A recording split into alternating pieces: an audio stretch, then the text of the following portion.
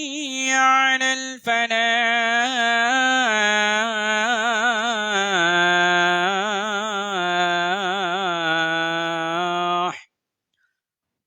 الله أكبر الله أكبر لا إله إلا الله.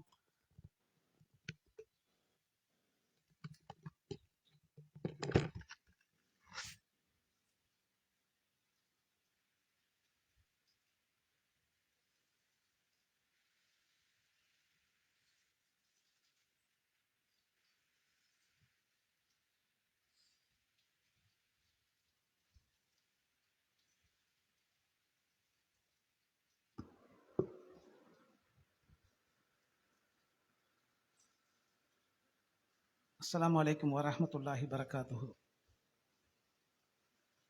إن الحمد لله نحمده ونستعينه ونستغفره ونؤمن به ونتوكل عليه ونعوذ بالله من شرور أنفسنا ومن سيئات أعمالنا. من يهده الله فلا مضل له ومن يضلل فلا هادي له. أشهد أن لا إله إلا الله وحده لا شريك له وأشهد أن محمدا عبده ورسوله. اللهم صل على محمد وعلى آل محمد كما صليت على إبراهيم وعلى آل إبراهيم إنك حميد مجيد. اللهم بارك على محمد وعلى آل محمد كما باركت على إبراهيم وعلى آل إبراهيم إنك حميد مجيد. أما بعد فقد قال الله تعالى في محكم تنزيله العظيم والفرقان المجيد: أعوذ بالله من الشيطان الرجيم. بسم الله الرحمن الرحيم. إن الله يحب الذين يقاتلون في سبيله صفا كأنهم بنيان مرصوص. صدق الله العظيم. அன்பிற்குரிய பெரியோர்களே, தாய்மார்களே, சகோதர சகோதரிகளே, வல்ல அல்லாஹ் நம்மீது கடமையாக்கிய ஜும்ஆ என்ற சிறப்பு மிகு வணக்கத்தை நிறைவேற்றுவதற்காக இங்கே ஒன்று கூடியிருக்கிறோம். அல்ஹம்துலில்லாஹ். இந்த உயர்வான வேளையிலே ஏக இறைவனாம் வல்ல அல்லாஹினுடைய அருளும் சாந்தியும் அவனது இறுதி தூதர் நபிகள் நாயகம் ஸல்லல்லாஹு அலைஹி வஸல்லம் அவர்கள் மீதும் அவர்களை உண்மையோடு பின்பற்றிய சத்திய நபி தோழர்கள் மீதும் மார்க்கத்தின் செய்திகளை பாதுகாப்பதில் தங்களை அர்ப்பணித்துக் கொண்ட இமாம்கள் மீதும் அல்லாஹுடைய கட்டளைக்கு அடிபணிந்தவர்களாக உரிய நேரத்தில் இந்த ஜும்மாவுடைய வணக்கத்தை நிறைவேற்றுவதற்காக வருகை தந்திருக்கிற நம் அனைவர் மீதும் அந்த ஏக இறைவனின் அருளும் சாந்தியும் என்றென்றும் நிலவட்டுமாக என்று துஆ செய்தவனாக இந்த ஜும்மா உரையினை ஆரம்பம் செய்கின்றேன். அன்புமிக்க பெரியோர்களே, சகோதரர்களே, நாம் வாழுகின்ற இன்றைய காலகட்டம், அதிலும் குறிப்பாக நாம் வாழுகின்ற இந்திய தேசம் பல்வேறு வகையான நெருக்கடிகளை இந்திய மக்கள் சந்தித்துக் கொண்டிருக்கிற ஒரு காலகட்டம். அதிலும் குறிப்பாக ஒடுக்கப்பட்ட, பிற்படுத்தப்பட்ட சிறுபான்மை மக்கள் மிக அதிகமான தொந்தரவுகளுக்கு ஆளாகக்கூடிய ஒரு காலகட்டம் இது.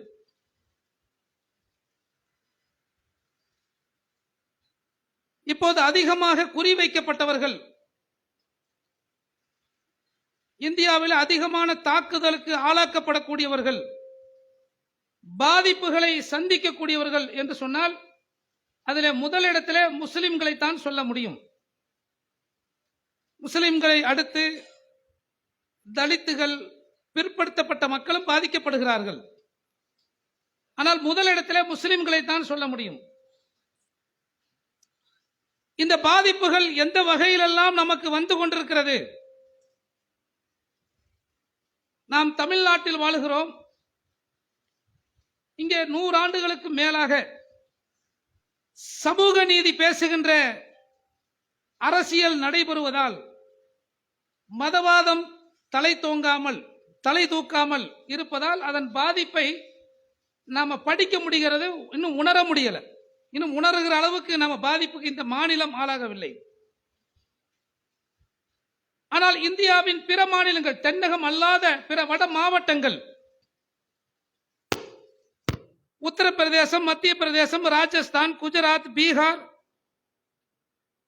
என்று இந்த மாநிலங்களை நாம கவனத்தில் எடுத்தோம் என்று சொன்னால்,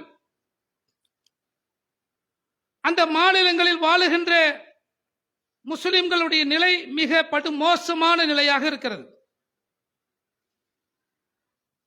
அவர்கள் மீது ஒரு சர்வாதிகாரம், அந்த தொனியிலே ஒரு அதிகாரம் செலுத்தப்படுகிறது.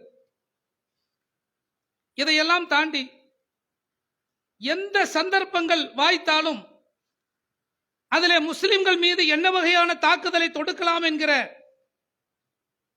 ஒவ்வொரு கணத்திலும் முஸ்லிம்கள் மீது தாக்குதல் தொடுப்பதற்கு, முஸ்லிம்களை நசுக்குவதற்கு, ஒடுக்குவதற்கு இங்கே ஒரு பெரும் கூட்டமே தயாராக இருக்கிறது. நாம ரொம்ப பின்னாடி போய் உதாரணங்களை பார்க்க வேண்டியதில்லை. கடந்த மாதத்திலே காஷ்மீரிலே நடைபெற்ற பகல்காம் தாக்குதல், இந்த தாக்குதலில் 26 அப்பாவிகள் கொல்லப்படுகிறார்கள். இந்த தாக்குதல் நடந்த உடனே என்ன செய்தி மக்கள் மத்தியிலே பரப்பப்பட்டது என்று சொன்னால், அங்கே நீ முஸ்லிமா இந்துவா என்று கேட்டார்கள்.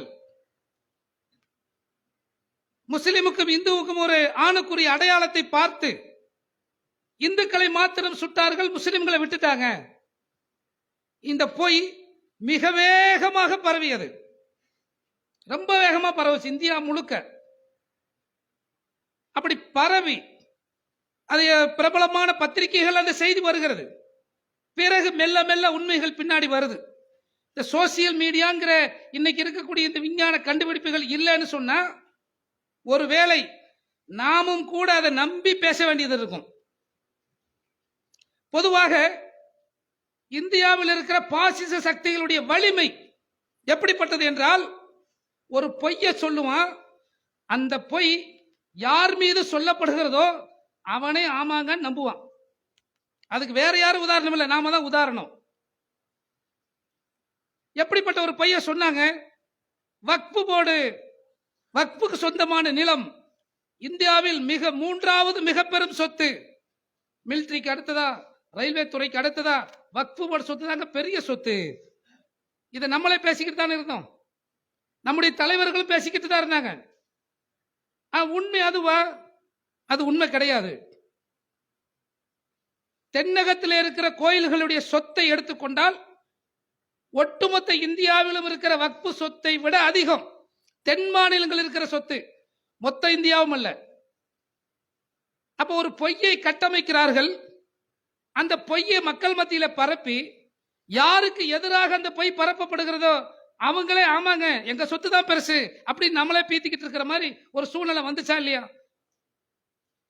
அந்த மாதிரி இந்த பகல்காம் தாக்குதல்ல ஒரு பொய் பரப்பப்பட்டது. இங்க முஸ்லிமா இந்துவா என்று பார்த்து இந்துக்களை மாத்திரம் சுட்டார்கள் அப்படிங்கிற பொய் மிக வேகமாக பரப்பப்பட்டு பத்திரிகைகள் எல்லாம் அது பரபரப்பா பிரேக்கிங் நியூஸா கொண்டு போய் மக்கள் மத்தியில சேர்த்த பிறகு மெல்ல உண்மை பின்னாடி வருது. அந்த தாக்குதலில் காயம்பட்டு அல்லது உயிர் பிழைத்த மக்கள், அந்த தாக்குதல் சம்பவத்திலே நேரடி சாட்சிகளாக இருந்த மக்கள், சுற்றுலா பயணிகள், அவர்கள் தந்திருக்கிற அந்த நிகழ்வுடைய உண்மை தன்மை, அவர்கள் அளித்திருக்கிற வாக்கு மூலம் அது கொஞ்சம் கொஞ்சமா வருது. எங்களை காப்பாற்றியதே இந்த காஷ்மீரிகள் தான். அவங்க வீட்டுக்குள்ள வச்சு எங்களை பாதுகாத்தாங்க, தங்களுடைய உயிரை பணயம் வைத்து எங்களை பாதுகாத்தார்கள்.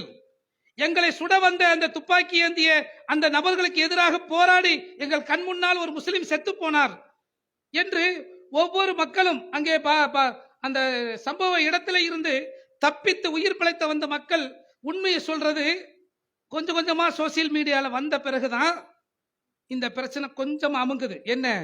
பகல்காம் தாக்குதல்ல சங்கிகளுடைய சூழ்ச்சி முறியடிக்கப்பட்டது. ஆனால் இது முறியடிக்கப்பட்டது எதை வைத்து? சோசியல் மீடியான்னு ஒண்ணு இல்லைன்னு வைங்க, நாமளும் எதை பேசியிருப்போம்? ஆமாமா, காஷ்மீர்ல தீவிரவாதிகள் முஸ்லீமா இந்துவான்னு பார்த்து சுட்டான், அது பெரிய அக்கிரமங்க, பெரிய தப்புங்கன்னு நாமளே பேசியிருப்போம். எது? மெயின் ஸ்ட்ரீம் மீடியாக்கள், தொலைக்காட்சிகள், பத்திரிகைகள் இதை மாத்திரமே படிக்க வேண்டிய ஒரு நிலை ஒரு காலத்தில் இருந்துச்சு. அந்த மாதிரி இருந்தா இப்ப நாமளும் அப்படித்தான் பேசியிருக்கணும். இப்ப சோசியல் மீடியாக்கள் வந்த பிறகுதான் இல்ல இது கட்டுக்கதை, இது பொய். அப்ப இந்த பிம்பம் உடையும் போது இந்த பாசிசவாதிகள் ஒரு பிம்பத்தை உருவாக்குகிறார்கள். அந்த பிம்பம் உடையும் போது அடுத்த ஒரு பிரச்சனையை கொண்டு வராங்க. இந்த பகல்காம் தாக்குதலுக்கு நாங்கள் எதிர்வினை ஆற்றுகிறோம். ஏனென்றால் இந்த பகல்காம் தாக்குதல் நடக்கும் போதே இந்தியா முழுவதும் ஒரு பிரச்சனை ஓடிக்கொண்டிருக்கிறது. இந்த வக்ஃபு சட்டத்துக்கு எதிராக முஸ்லிம்கள் வெகுண்டெழுந்து திரண்டு போராடுகிற ஒரு நிலை ஏற்படுகிறது. எந்த அளவுக்கு உத்தரப்பிரதேசத்தில் போராட்டத்துக்கு போனா நாங்க உனக்கு ஃபைன் போடுவோம், அபராதம் போடுவோம் என்றெல்லாம் மிரட்டப்பட்ட பிறகும் கூட உத்தரப்பிரதேசத்தில் போராட்டம் நடக்குது. அப்ப இப்படி மக்கள் எதை பற்றியும் பயப்படாமல் வீதிக்கு வர ஆரம்பித்து விட்டார்கள். இந்தியா முழுக்க பிரச்சனை ஆரம்பிக்குது. இந்தியா முழுக்க அதுக்கான போராட்டங்கள் தொடருது. இந்த போராட்டங்கள் நடக்கிற இடத்துல தான் பகல்காம் தாக்குதல், அந்த தாக்குதல் வக்பு போர்டு வக்பு சட்டத்துக்கு எதிரான பேச்சுக்கள் அனைத்தையுமே மூடி மறைத்து விட்டது, ஒண்ணுமில்லாம ஆக்கிருச்சு. இப்ப பகல்காம் தாக்குதல் முன்னாடி வருது, அதுல இந்த பொய் அதுக்கு மேல வந்து நிக்குது. பிறகு அந்த பொய் உடைக்கப்படும் போது, பிறகு நாங்க பாகிஸ்தான் மீது தாக்குதல் தொடுக்கிறோம் அப்படிங்கும் போது இந்த பகல்காம் தாக்குதல் மீது ஏற்பட்ட அந்த சந்தேகம், அது குறித்த கேள்விகள் இருக்கு பாருங்க, அது எல்லாம் பின்னாடி போயிருச்சு. எப்படா 200 கிலோமீட்டர் இந்தியாவுக்குள்ள பார்டரை தாண்டி தீவிரவாதி உள்ள வர முடிஞ்சது? அதுவும் காஷ்மீர், இங்க இருக்கிற சாதாரண தமிழ்நாடு, கேரளா, ஆந்திரா மாதிரியான மாநிலம் அல்ல. மொத்த ராணுவத்தினுடைய கண்ட்ரோல் இருக்கக்கூடிய ஒரு மாநிலம். அங்கே தடுக்கி விழுந்தா ஒரு ராணுவ வீரர் நிற்பார். அப்படி ராணுவத்தினுடைய கண்ட்ரோல் இருக்கக்கூடிய மாநிலம். எந்த அளவுக்குன்னா அந்த மக்கள் மீது ராணுவத்தின் கண்காணிப்பு எவ்வளவு மோசமானது என்பதை அந்த காஷ்மீரத்து பெண் ஒருத்தி சொன்ன வார்த்தை, அந்த வார்த்தையை கேட்கிற எந்த மனிதாபிமானம் உள்ள ஒரு மனிதனுக்கும் நிச்சயமாக வலிக்கும். அந்த காஷ்மீரத்து பெண் எப்படி சொல்லுகிறாள்? உங்கள் குளியல் அறையில் உங்க பாத்ரூம்ல ஒருத்தன் எட்டி பார்த்து உங்களை கண்காணிக்கிறானா, அது உங்களுக்கு எவ்வளவு கூசும், அது உங்களுக்கு எவ்வளவு வலிக்கும். அப்பேற்பட்ட ஒரு கண்காணிப்பை நாங்கள் காஷ்மீரத்தில் அனுபவிக்கிறோம், ராணுவத்தால் நாங்கள் அனுபவிக்கிறோம் என்று ஒவ்வொரு தனி மனிதனையும் கண்காணித்து, ஒவ்வொரு தனி மனிதர்களையும் தனி அடையாளப்படுத்தி கண்காணிக்கிற அந்த ராணுவ கண்காணிப்பு கட்டமைப்பை தாண்டி 200 கிலோமீட்டர் ஒருத்தன் உள்ள வந்துட்டாங்கிற அந்த பொய்ய அப்பதான் கேள்வியா மக்கள் ஆக்கிட்டு இருக்கிறாங்க. பொதுமக்கள் ஒன்றிய அரசு நோக்கி கேட்கிறாங்க, எப்படி வர முடியும்? ராணுவத்தினுடைய அந்த கட்டமைப்பை தாண்டி எப்படி ஒருத்தன் உள்ள வர முடியும்? அதிலும் குறிப்பாக அந்த பகல்காம் என்பது அந்த சுற்றுலாவினுடைய முக்கியமான தளம். இதற்கு முன்னால் அந்த இடத்துக்கு போயிருக்கிற சுற்றுலா பயணிகள் அத்தனை பேரும் சொல்லுகிற உண்மை என்ன? அந்த இடத்தை சுற்றி நூற்றுக்கணக்கான ராணுவ வீரர்கள் எப்போதும் பாதுகாப்பில் இருப்பார்கள். இது பழசு. தாக்குதல் நடக்கிற அன்னைக்கு அந்த இடத்தை சுற்றி எந்த ராணுவ வீரரும் இல்லை என்பது எல்லோருக்கும் வெட்ட வெளிச்சமா தெரிகிறது. அங்கே தாக்குதல் நடத்திவிட்டு நடத்தியவர்கள் தப்பி சென்ற பிறகு அதில் பாதிக்கப்பட்ட ஒரு கடற்படை அதிகாரி 1.5 மணி நேரம் என் கணவர் உயிருக்கு போராடினார், காப்பாற்றுறதுக்கு யாருமே எந்த ராணுவம் வரல என்று அவருடைய மனைவி சொல்லுகிறார். அப்படியானால் அந்த தாக்குதல் நடைபெற்ற கிட்டத்தட்ட 1 மணி நேரம் 1.5 மணி நேரத்துக்கு அந்த இடத்தில் ராணுவ வீரர்கள் யாருமே இல்லாத அளவிற்கு அந்த இடத்தை பாதுகாப்பற்றதாக ஆக்கியது யார்? ஒரு கேள்வி வருது இல்ல? அந்த பகல்காம்ங்கிற அந்த சுற்றுலா தலத்தை எப்படி பாதுகாப்பு இல்லாம விட்டீங்க? அது இதுக்கு முன்னாடி நூற்றுக்கணக்கான ராணுவ வீரர்கள் பாதுகாத்து கொண்டிருந்த இடம் தானே. இந்த கேள்விகள்லாம் வருது. இந்த கேள்வி ஒன்றிய அரசு நோக்கி திருப்பி திருப்பி திருப்பி ஒவ்வொருவரும் வைக்க ஆரம்பிச்ச பிறகுதான் விட்டா இந்த கேள்வி வச்சுக்கிட்டே இருப்பான். நாங்க பாகிஸ்தானை தாக்க போறோம், நாங்க கொஞ்சம் இடத்துல குண்டை போட்டு இப்போ பகல்காம் தாக்குதலை பற்றிய இந்த பேச்சுக்கெல்லாம் இப்ப பின்னாடி போயாச்சு. அது பற்றி உண்மையை கேட்டாங்கல்ல, அதெல்லாம் பின்னாடி போயிருச்சு.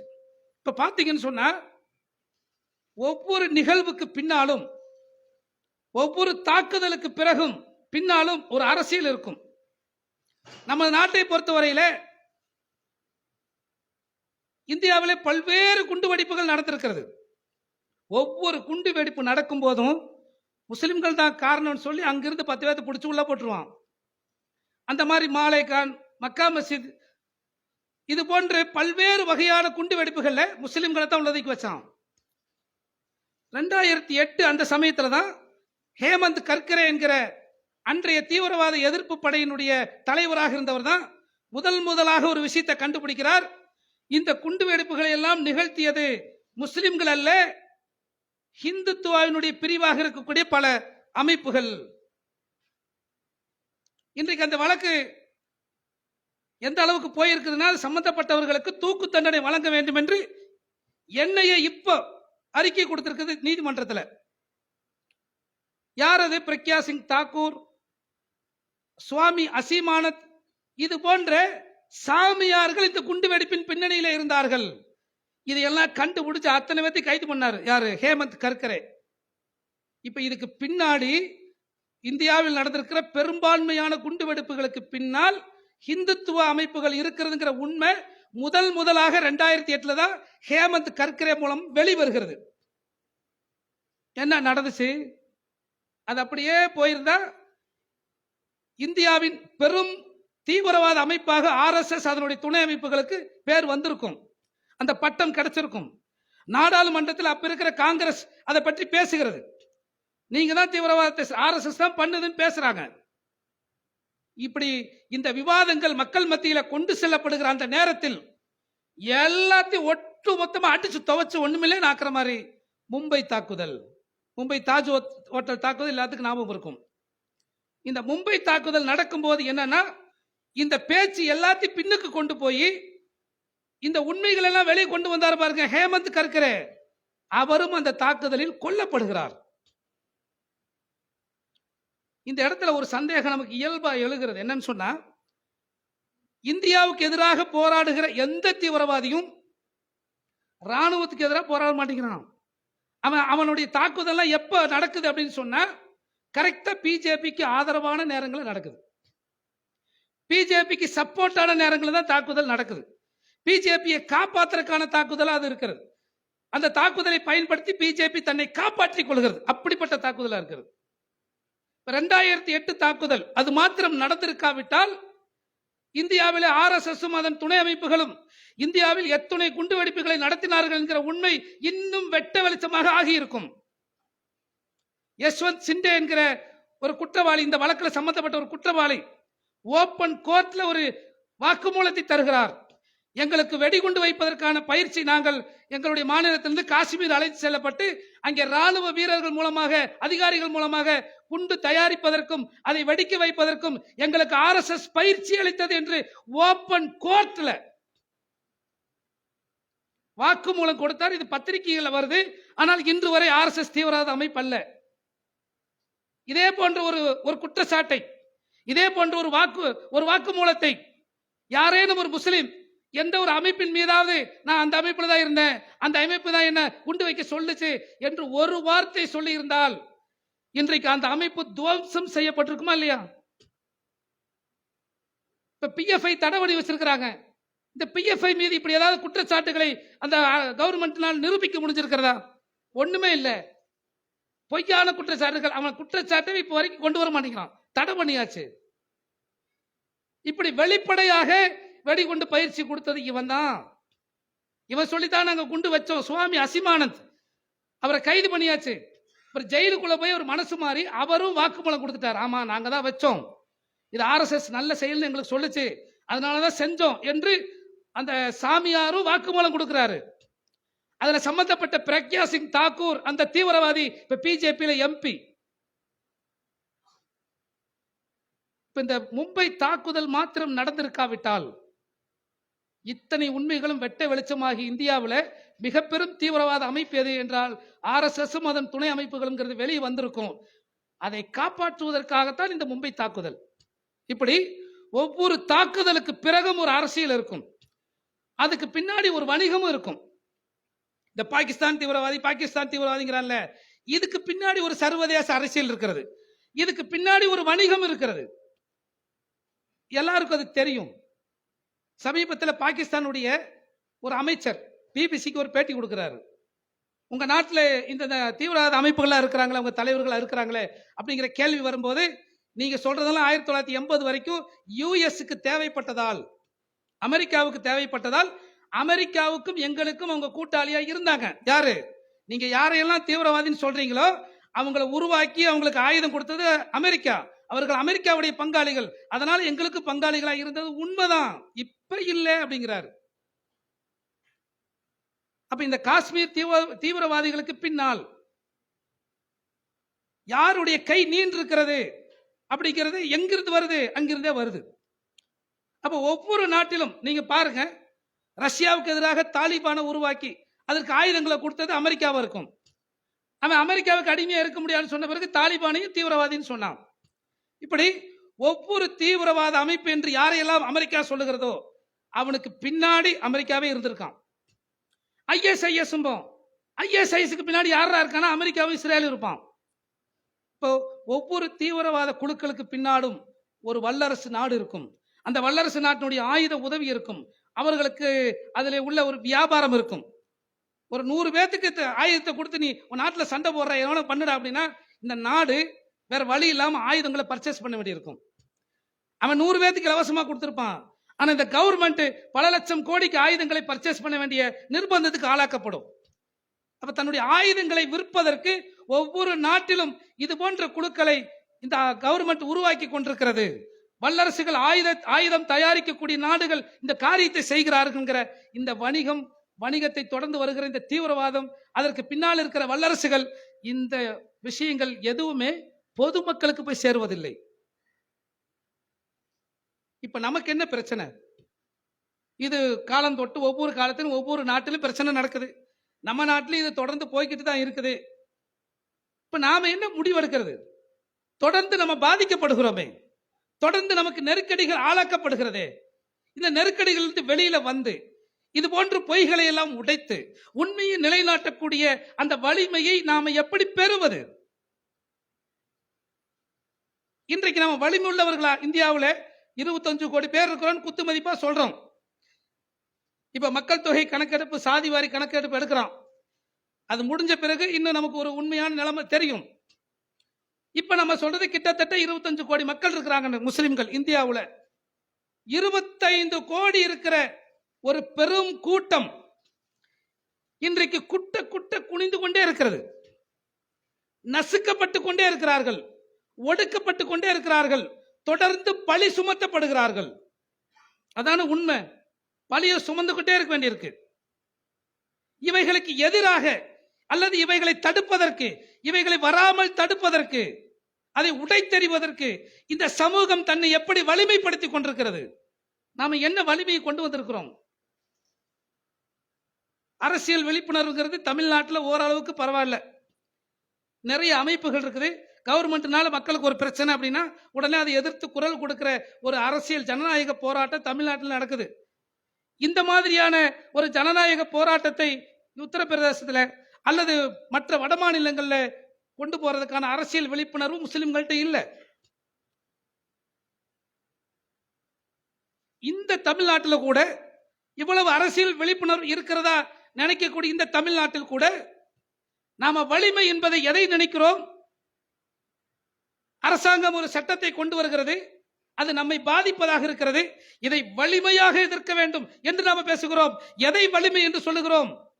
1000 பேர் கூட வேண்டிய இடத்துல 5000 பேர் கூடி நின்று எங்களுக்கு இந்த சட்டம் வேண்டாம் என்று சட்டம் போட்டால் வலிமையாக சொல்லிவிட்டதாக நாமே நம்மளை ஏமாற்றிக் கொண்டிருக்கிறோம். அந்த ஜனநாயக போராட்டங்கள் வேண்டும், அது இந்த நாட்டிற்கு தேவை. நம்முடைய எதிர்ப்பை பதிவு செய்வதற்கு அதை மாத்திரமே தீர்வாக எடுத்துக்கொண்டு அதை மாத்திரமே முழுமையா முடிச்சதுப்பா, நம்ம ஒரு போராட்டம் பண்ணிட்டோம், நாம ஒரு பொதுக்கூட்டம் பண்ணிட்டோம், நாம ஒரு தர்ணாவை பண்ணிட்டோம், இதை நம்ம பிரச்சனை முடிஞ்சதுப்பா, இனிமே இந்த சமூகத்துக்கு எந்த தொந்தரவும் இல்லை, அப்படியா? அது முடிந்து விட்டதா? அப்ப இந்த சமூகத்தை எப்படி நாம வலிமைப்படுத்த போகிறோம்? இன்னும் பலவீனமாகத்தானே இருக்கிறோம். அரசியல் விழிப்புணர்வு கூட பலவீனமாகத்தான் இருக்கிறோம். இந்த சமூகத்துல பாருங்க, இஸ்லாமிய சமூகத்துல நிறைய அமைப்புகள் உண்டு. இந்த அமைப்புகள் எல்லாம் முழுமையான அரசியல் விழிப்புணர்வோடு செயல்படுகிறார்களானா அப்படி இல்லை. ஒரு காலத்துல அப்படியே பெரிய விழிப்புணர்வோடு இருந்தாலும் காலப்போக்கில் சுருங்கி சுருங்கி இன்னைக்கு ஒரு சின்ன வட்டத்துக்குள்ளே சுருங்கி நிற்கிற ஒரு கட்டத்தை காட்சி பார்க்கிறோம். ஒரு அமைப்பு வலிமையாக செயல்படுகிறது என்று சொன்னால் அதை உடைப்பதற்கு, அதை நாசப்படுத்துவதற்கு அரசாங்கம் பல்வேறு வகையில முயற்சி செய்கிறது. அந்த முயற்சிக்கு அந்த அமைப்பில் இருக்கக்கூடியவர்கள் பலியாகி ஒரு கட்டத்துல உளவுத்துறை யாரு, இந்த அமைப்பில் இருக்கிற யாரு பிரிச்சு பார்க்க முடியாம ரெண்டு ஒண்ணு கலந்து போய் கிடக்குறான். இந்த சமூகத்துல பாத்தீங்கன்னா இந்த குட்டி குட்டி அமைப்பா இருக்கான் பாருங்க, அத்தனை பேர் உளவுத்துறை ஆளா இருக்கிறான். இவன் பண்ணக்கூடிய 2ஆம் நம்பர் வேலைக்கெல்லாம் உளவுத்துறையை பயன்படுத்திக்கிறான். இந்த சமூகத்துல நான் சொல்றது நம்ம மகல்லா, நம்ம ஏரிய பகுதியை சுத்தி இருக்கக்கூடிய மகல்லாக்கல்ல எத்துணை கருங்காலிகள், எத்துணை கோடாரி காம்புகள், இந்த சமூகத்தை காட்டி கொடுக்கிற கோடாரி காம்புகள் அமைப்புகளின் பெயரால். ஏன் இதை நான் சொல்றேன்னா, அரசியல் விழிப்புணர்வு இருக்கிற இந்த தமிழ்நாட்டிலேயே இப்படி கோடாரி காம்பு இருக்குதுன்னா விழிப்புணர்வு இல்லாத பகுதி யோசிச்சு பாருங்க. அப்ப இந்த சமூகம் எதிலே வலிமைப்பட வேண்டும்? வலிமையான சமூகமாக மாறணுமா இல்லையா? பலவீனமான சமூகம் எப்படி வெற்றி பெற முடியும்? நபிகள் நாயகம் ஸல்லல்லாஹு அலைஹி வஸல்லம் சொல்றாங்க, ஒரு பலவீனமான மூமினை விட ஒரு பலமுள்ள மூமின் சிறந்தவன். நான் சிறந்த மூமினாக இருக்கணும், என்னை பலப்படுத்திக் கொள்ளணும். பலம்னு சொன்ன உடனே அதை கத்தி கம்பட அருவா இதை நினைக்கிறோம். இது அல்லங்க பலம். அது ஒரு கவர்மெண்ட்டுக்கு தேவை. கவர்மெண்ட்டுக்கு துப்பாக்கி வேணும், பீரங்கி வேணும், விமானம் வேணும், போர் கப்பல் வேணும், போர் விமானம் வேணும். தண்ணி கொடுங்க.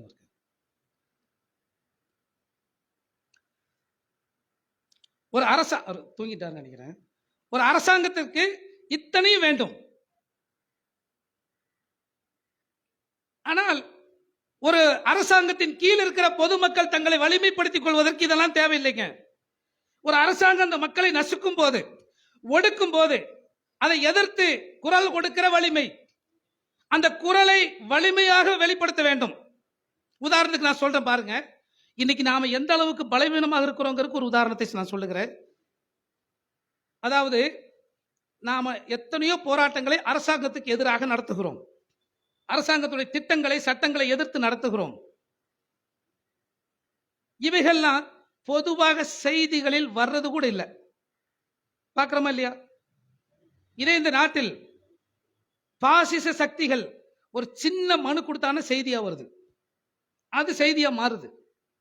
அவன் உட்கார்ந்து செயற்குழு நடத்துறோம்னு சொல்லி 10 பேர் உட்கார்றான், பத்திரிகையில் பெரிய நியூஸ் வருது.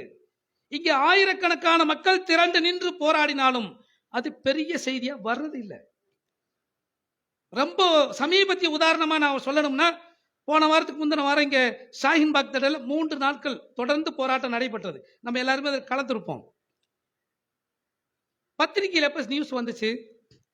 வெள்ளிக்கிழமை நடத்தணும், அது சனிக்கிழமை வந்துச்சா? சனிக்கிழமை நடத்தணும், ஞாயிற்றுக்கிழமை வந்துச்சா? ஞாயிற்றுக்கிழமை நடத்தினது திங்கக்கிழமை வந்துச்சு. ஏன் வந்துச்சு? எல்லாத்துக்கும் காரணம் புரியும். ஞாயிற்றுக்கிழமை வந்த அரசியல் தலைவர்கள் வேற வழி இல்லாம நியூஸ் போட்டுட்டான். ஒருவேளை அந்த அரசியல் தலைவர் வரலைன்னா இப்படி ஒரு சம்பவம் நடந்துச்சுன்னே பேப்பர்ல வந்திருக்கவே செய்யாது. அதாவது நம்ம எதிர்க்கிறோம் என்பதை கூட பதிவு செய்ய இவங்க தயார் இல்லை. அப்படி நம்ம பேசிடுறோம். நாம எதிர்க்கிறோம் என்பதை கூட பொதுமக்கள்கிட்ட சேர்க்கக்கூடிய வலிமை நம்ம இடத்துல இல்லை. இப்படித்தான் நம்ம பார்க்கணும். நான் எதிர்க்கிறேன், நான் ஒரு இடத்துல கூடி நின்று ஜனநாயக முறைப்படி எதிர்க்கிறேன். என்னுடைய எதிர்ப்பை நான் பொதுமக்களுக்கு கொண்டு போய் சேர்ப்பதற்கு, எல்லா தரப்பு மக்கள்கிட்ட கொண்டு போய் சேர்ப்பதற்கான வலிமை என்னிடத்தில் இருக்கிறதா? அந்த செய்தியின் மீது நமக்கு ஆதிக்கம் இருக்கிறதா? ஒரு செய்தியை மக்கள் மத்தியில் கொண்டு போய் சேர்க்கிற வலிமை நமக்கு இருக்கிறதானா? இல்ல. இப்ப நம்ம செய்திக்கு யாரை நம்ப வேண்டி இருக்கிறது? நம்மளை யாரு நசுக்கணும்னு நினைக்கிறானோ அவன் தான் பத்திரிகை நடத்துறான், அவன் தான் நம்ம செய்தியை போடணும் நாம நினைக்கிறோம். எப்படி போடுவான்? அப்ப நாம எங்க பலவீனமா இருக்கிறோம் புரியுதுங்களா? இந்த நாட்டில் நாம எந்த பலத்தோடு இருக்க வேண்டும்? திருமறை குர்ஆன்ல 8வது அத்தியாயம் சூரத்துல் அன்ஃபால், அதுல 60வது வசனத்தை நீங்க முழுசா படிங்க. நான் இப்ப முழுசா சொல்லல. அதுல அந்த வசனத்தினுடைய முதல் வார்த்தையாக அல்லாஹ் சொல்வது, உங்களை நீங்கள் பலப்படுத்திக் கொள்ளுங்கள். அதைத்தான் சொல்றான். நீங்க உங்களை பலப்படுத்துங்க. பலம் என்பது ஒரு அரசாங்கத்துக்கு தேவையான பலம் வேறு. நாம அரசாங்கம் திரட்டக்கூடிய பலம் நமக்கு தேவையில்லை. ஒரு நாட்டின் குடிமக்களுக்கு என்ன பலம் வேண்டுமோ அந்த பலம் நமக்கு வேணுமா இல்லையா? கல்வியிலே, அரசு அதிகாரத்திலே, அரசியல்ல, அதே போல மக்கள்கிட்ட ஒரு கருத்தை கொண்டு போய் வலிமையாக சேர்க்கிற இந்த மாதிரி ஒவ்வொரு துறைகளிலும் நமக்கு ஒரு வலிமை இருக்கணுமா இல்லையா? ஒரு பலம் இருக்கணும்ல. இன்னைக்கு அரசு துறைகளுக்குள்ள முஸ்லிம்கள் எத்தனை பேர் இருக்கிறார்கள்? அரசியல்ல ஒரு வலிமையான இடத்துல எத்தனை முஸ்லிம்கள் இருக்கிறார்கள்? நம்மளை அறியாம அரசியல்ல ஒரு ஆள் நம்மால் மேல வர்றான்னு வைங்க, அவனோட குறைகளை மட்டும்தான் பார்க்கிறோம். அதனால் கிடைக்கக்கூடிய வலிமையை நம்ம பார்க்கறது இல்ல. அரசியல்ல எத்தனை பேர்? ஒரு முஸ்லிம் வந்துங்க ஒரு கவுன்சிலருக்கு வர முடியும். ஒரு நகராட்சி நகர்மன்ற செயலாளருக்கு கூட எந்த ஒரு பொது அரசியல் கட்சியும் விட மாட்டான், கவுன்சிலரா வச்சிருப்பான். அதை தாண்டி ஒரு கட்சியில வளர முடியாது. இன்னைக்கு அதான நிலைமை. அப்ப அந்த வலிமை அரசியல்ல நமக்கான இடம், அரசு துறைகள்ல நமக்கான இடம், நம்ம பிரச்சனைகளை தீர்ப்பதற்கான வலிமை, நம்ம பிரச்சனைகளை வெளியில கொண்டு போய் சொல்லுவதற்கான வலிமை, இத்தனை வலிமைகள் நமக்கு தேவைப்படுகிறது. நம்மை பலப்படுத்த வேண்டி இருக்கிறது. இன்றைக்கு 10th ரிசல்ட் வந்திருக்கு. 10th ரிசல்ட்ங்கிறது என்னங்க? ஒரு மாணவனுடைய எதிர்காலத்தை தீர்மானிக்கக்கூடிய முக்கியமான கட்டம் இது. இவன் +1 +2ல என்ன பாடம் எடுக்க போறானோ அதை வச்சுதான் அவன் காலேஜ் போக முடியும். அதை வச்சுதான் அடுத்த எதிர்காலம். குறைந்த மார்க் அதிக மார்க்லாம் கணக்கு இல்லை. திறமை வெவ்வேறு வகைப்படும். இன்னைக்கு மாணவர்கள்ட்ட என்ன விழிப்புணர்வை பெற்றோர்கள் இந்த சமூகம் கொண்டு போய் சேர்த்திருக்கிறது? 3.5% இடஒதுக்கீடுக்காக இந்த சமூகத்தில் 2 இயக்கங்கள் கடுமையாக பாடுபட்டிருக்கிறது, மறுக்கவே முடியாது. கிட்டத்தட்ட 10 ஆண்டு கால போராட்டம் அது. அப்படி கடுமையாக போராடி இடஒதுக்கீடு வாங்கின பிறகு அந்த இடஒதுக்கீட்டை நிரப்புவதற்கு வேலைக்கு ஆளை கொண்டு போய் தள்ளணும்ல, அதை செய்யல. நம்ம நாங்க தான் இடஒதுக்கீடு வாங்கணும், நாங்க தான் வாங்கணும், ஆளாளுக்கு தம்பட்டம் அடிப்பதற்கு அதை பயன்படுத்தி கொண்டோம். அந்த இடஒதுக்கீட்டை நிரப்புவதற்கு கூட இன்றைக்கு முஸ்லிம்கள் ஆள் வருவதில்லை, பற்றாக்குறையாக இருக்கிறது. அதான உண்மை. 100ல் 3 தான் இடஒதுக்கீடு. அந்த 100 பேர் 200 பேர் அரசாங்க வேலைக்கு எடுத்துன்னா 7 பேரை முஸ்லீம் எடுப்பான். அதுக்கு கூட நம்மால் போக லாய்க்கில்லை. அப்படின்னா இந்த சமூகம் எவ்வளவு பலவீனமாக இருக்கிறது. இதே தமிழ்நாட்டில் கிறிஸ்துவ சமூகம் அவங்களுக்கு கேட்காமலே இடஒதுக்கீடு கொடுத்த போது எங்களுக்கு வேணான்ட்டான். நீ இடஒதுக்கீடு கொடுத்து எங்களை சுருக்கிடுவ, நாங்க பொதுக்கோட்டாலேயே வந்துக்கிறோம்ட்டான். நம்ம இடஒதுக்கீட்டை கூட நிரப்ப முடியாத பலவீனம் இது. இந்த சமூகம் கல்வியிலே எந்த அளவுக்கு பின்தங்கி நிற்கிறது என்பதற்கான ஒரு பலவீனம். கல்வின்னு நாம என்ன நினைச்சிட்டோம்? +2 படிச்சுட்டாங்க எல்லாருமே, காலேஜ் கிட்டத்தட்ட பாதி பேர் படிச்சுட்டாங்க. இது அல்லங்க கல்வி. கல்விங்கிறது பேருக்கு பின்னாடி BA, BSc, MCom, MSc இதுக்கு பேர் இல்லை. இது வெறும் லெட்டர்ஸ். இந்த லெட்டரால் எனக்கு என்ன பிரயோஜனம்? இந்த பட்டத்தால் எனக்கு என்ன பிரயோஜனம்? என் குடும்பத்துக்கு என்ன பிரயோஜனம்? இந்த சமூகத்திற்கு என்ன பிரயோஜனம்? இந்த ஊருக்கு என்ன பிரயோஜனம்? ஒரு பிரயோஜனம் இல்லை. 3 வருஷம் காலேஜில் உட்காந்து தேய்ச்சதான் பிரயோஜனம், ஒரு மண்ணு இல்லை. அதான் அது. அப்ப அந்த பட்டப்படிப்புக்கான வேல்யூ, மதிப்பு இன்னைக்கு இந்த சமூகம் அதை உணரல. மாணவர்கள்ட்ட பேசிக்கிட்டே இருக்கிறோம். படிக்கிற காலத்தில் நீ ஒரு கவர்மெண்ட் எக்ஸாமுக்கு ட்ரை பண்ணு, நீ அரசு துறைக்குள்ள போக முயற்சி பண்ணு. UPSC தேர்வுகள் இருக்குது, TNPSC தேர்வுகள் இருக்கிறது. இதுல ஏதாவது ஒண்ணு முயற்சி பண்ணு. அப்படி இருக்கால் அவன் முயற்சி எடுத்தாலும் கூட இன்னைக்கு பெற்றோர்களுக்கு விழிப்புணர்வு இல்லைங்கிறனால பெற்றோர்கள் அதுக்கு தள்ளுறது இல்லைங்க. பொதுவா இந்த விழிப்புணர்வு மாணவர்களை விட பெற்றோர்களுக்கு தேவை.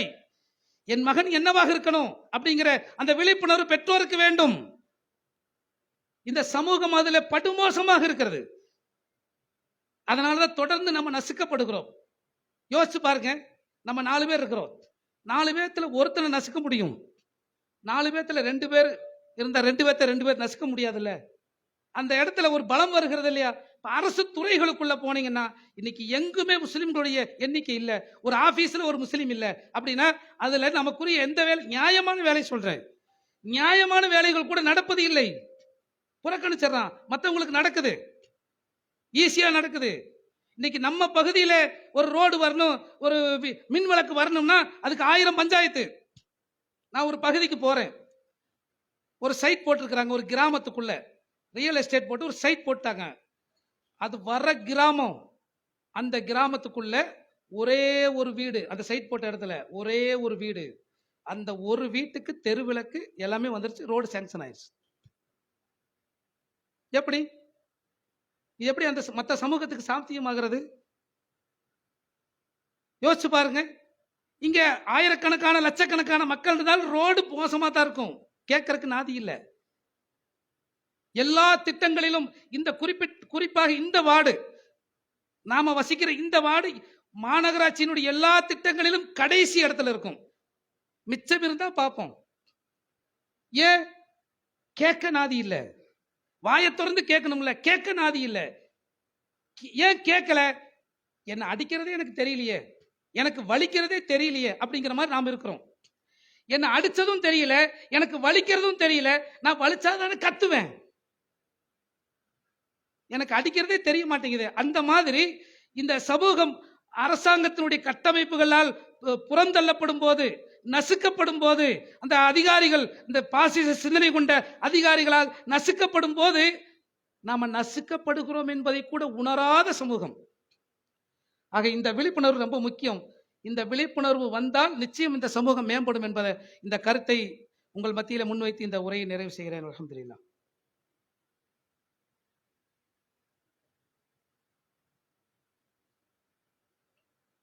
அல்ஹம்துலில்லாஹ். அன்பிற்குரிய பெரியோர்களே, சகோதரர்களே, ஒரு சமூகத்திற்கு விழிப்புணர்வு தான் மிக பெரும் ஆயுதம். எந்த சமூகம் தன்னுடைய நிலையை உணரலையோ அந்த சமூகம் முன்னேற்றத்துக்கு வர முடியாது. எந்த சமூகம் தனக்கு எதிராக நிற்கக்கூடிய கருவிகள், ஆயுதங்கள் எது என்பதை, தன்னுடைய எதிரி யார் என்பதை, தனக்கு எதிர்ப்பாக இருக்கக்கூடியது எது என்பதை உணரவில்லையோ அந்த சமூகம் மேம்பட முடியாது. அப்படிப்பட்ட நம்ம எதிர்ப்பது எது, நாம் எந்த வலிமையை எதிர்த்து போராட வேண்டும், நாம் என்ன வலிமையை திரட்ட வேண்டும் என்கிற இந்த அடிப்படை விஷயங்களை கூட இந்த சமூகம் விளங்காமல், அந்த அறிவை கூட பெறாமல் நாம் இருக்கிறோம். திருமறை குர்ஆன் அல்லாஹ் சொல்றான் பாருங்க, யர்ஃபா இல்லாஹுல்லதீன ஆமனு மின்கும் வல்லதீன ஊத்துல் இல்ம தரஜாத். உங்களிலே ஈமான் கொண்டவர்களுக்கும் கல்வி ஞானம் உடையவர்களுக்கும் அல்லாஹ் அந்தஸ்துகளை உயர்த்துகிறான். வெறும் ஈமான கொண்டு மட்டும் உனக்கு அந்தஸ்து இல்லப்பா, கல்வியிலும் இருக்குது. கல்வியாலும் உன்னை நீ உயர்த்தி கொள்ள முடியும், உனக்கு அந்தஸ்து கிடைக்கும், அது உலகத்திலும் சரி மறுமையிலும் சரி அப்படின்னு அல்லாஹ் நமக்கு சொல்லுகிறானே. அந்த கல்வியால் நம்மை வலிமைப்படுத்திக் கொள்வதற்கு, இந்த சமூகத்தை மேம்படுத்திக் கொள்வதற்கான வாய்ப்புள்ள ஒரு பருவம் இது, ஒரு காலகட்டம் இது. அதை நம்ம வீட்டு பிள்ளைகளுக்கு, நம்ம பக்கத்து வீட்டில் இருக்கு எல்லாம் யாருக்கு சொல்ல முடியுமோ, ஒவ்வொரு இதை பற்றி விவரம் அறிந்த ஒவ்வொருவரும் அந்த படிக்கக்கூடிய மாணவர்கள்ட்ட திருப்பி பேசும்போது, மாணவர்கள்ட்ட அந்த கருத்தை விதைக்கும் போதுதான் அடுத்த சமூகம் தயாராகும். அப்படி அடுத்த சமூகத்தை தயார்படுத்தக்கூடிய ஒரு பக்குவமுள்ள சமூகமாக நாம் அனைவரும் ஆகுவதற்கு அல்லாஹ் அருள் புரிவானாக. வ ஆகிரு தவானா அல்ஹம்துலில்லாஹி வஸ்ஸலாமு அலைக்கும் வரஹ்மத்துல்லாஹ்.